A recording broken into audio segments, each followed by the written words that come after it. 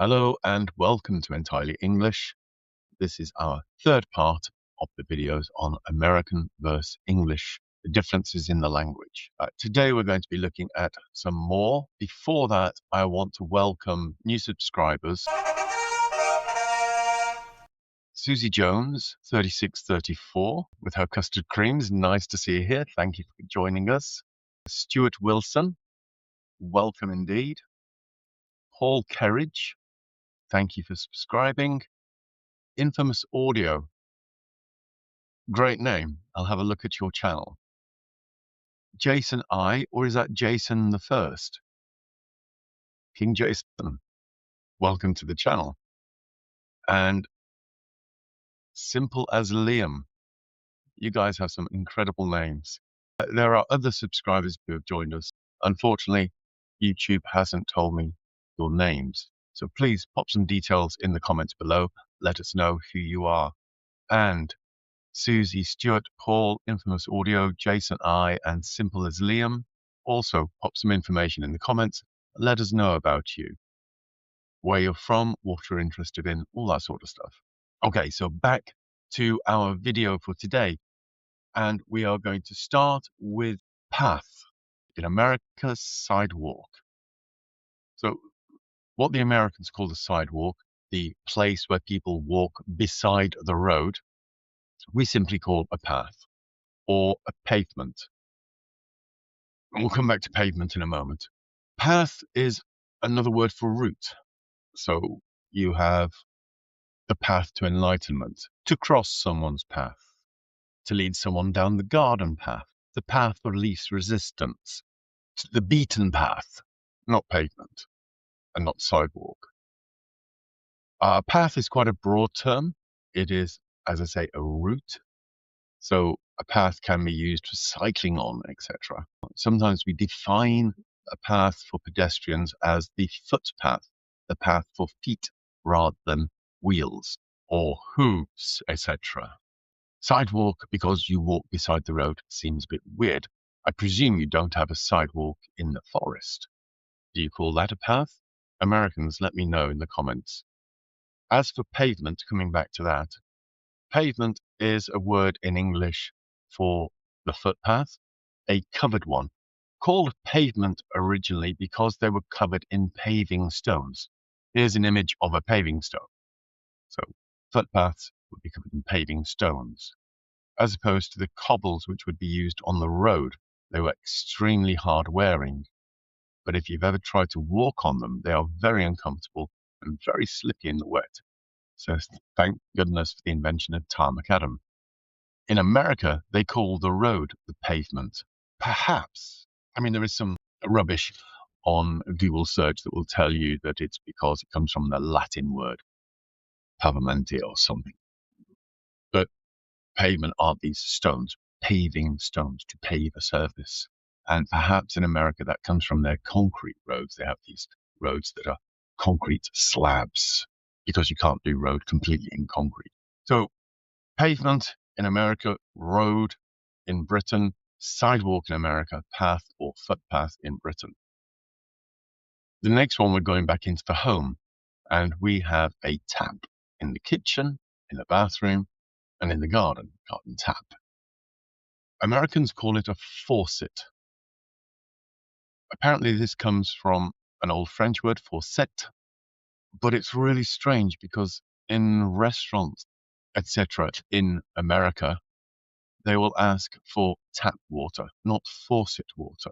Tap is a verb to breach something, like in the American police dramas, they have a wire tap. So they break into the wire. When you have a barrel of beer, you tap it. When you put the spigot in, the tap. So you break into it to get stuff out. And that's why we have a tap in our kitchen. It breaks into the water supply pipe and brings water out. Why they would use the French word faucet, I'm not sure. And why they then do not say faucet water, again, don't know. And also, they will ask in a bar, do you have beer on tap?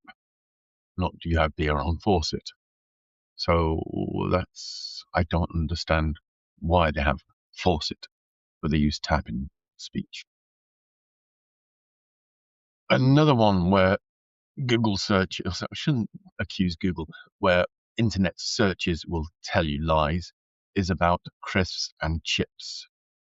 Now, they will say the Americans invented crisps because they have this whole story about a guy who went into a restaurant, ordered French fries, and the guy made them, and they came and he complained they were too fat, and the guy chopped them thinner and thinner and thinner, and eventually invented crisps.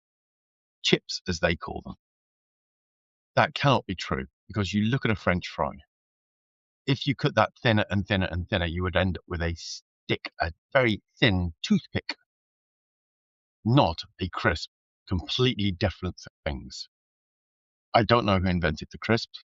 I don't think it was the Americans. I think, again, they are the ones who created the mass market for them. We had potatoes before we settled in North America.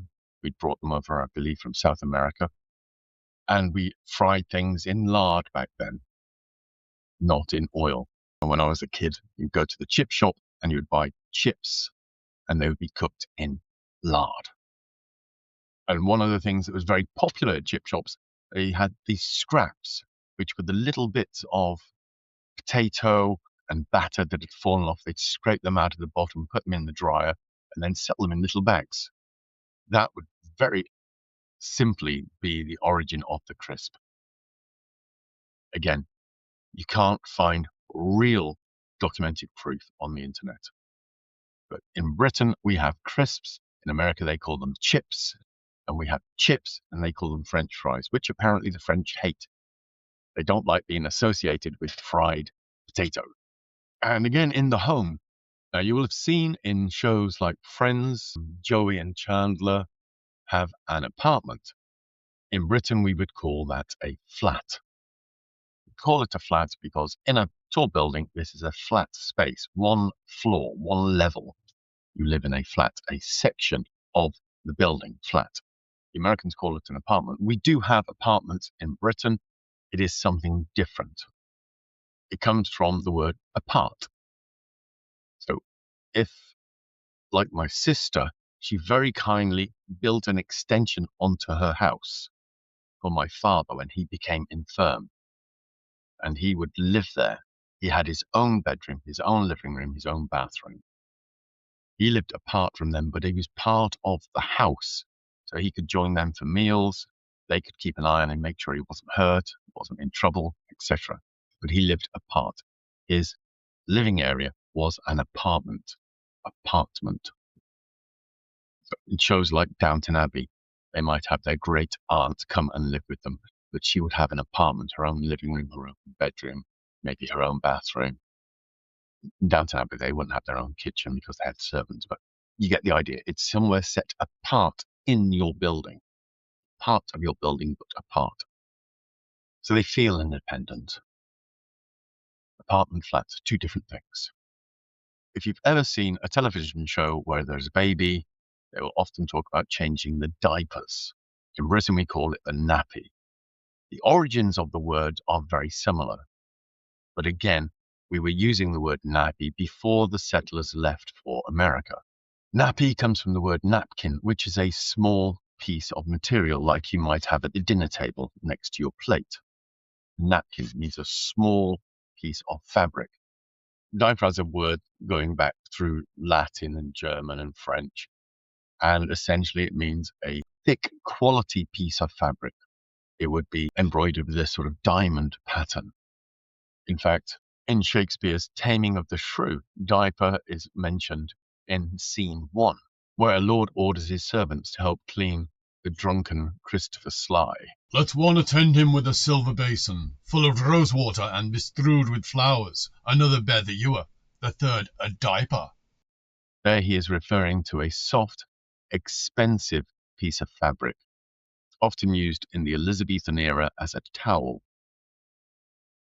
Why the Americans started using diaper, I don't know. It was a choice they made. They had napkins before they went. Why they should use expensive material for a baby, to go to the toilet in is unusual. Nappy, most researchers will say it refers to napkin. It could also be the fact that the fabric that was used on babies until Pampers and those things came along was a toweling fabric. And toweling has what is called the nap. That's the sort of bristly parts. The hair, if you like, is the nap and the way it lies. So nappy could also come from that. But it is a word we've had for hundreds of years, and Americans decided to change. So in America, just so you know, diaper. In Britain, nappy. The last one we're going to do today is mathematics. You might be aware that in America they call it math, and in Britain we call it maths. They argue the logic is that math is the shortened version of mathematics. But we say maths is the shortened version, and it is a pluralized version because there are many forms of mathematics, from algebra through geometry, etc. So it's maths. They say you don't need the S, but they talk about reps, as in repetitions, when they do some sort of exercise. Carbs for carbohydrates. So you keep the S on the abbreviated versions. So it is logically maths. And again, it was maths millennia ago, long before they went to America. Why there's a problem pronouncing the S, I don't know. If I can, I'm going to put a little scene in here with Milton Jones talking about it. Quite funny.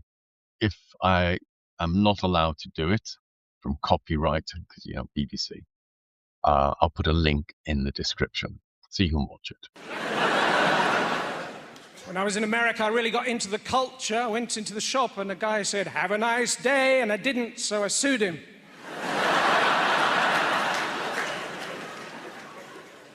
During the course of conversation, he said the phrase, "Well, you do the math." I said, "Don't you mean you do the maths? That word is 5 letters, not 4. He said, "Well, what's the difference?" I said, 1.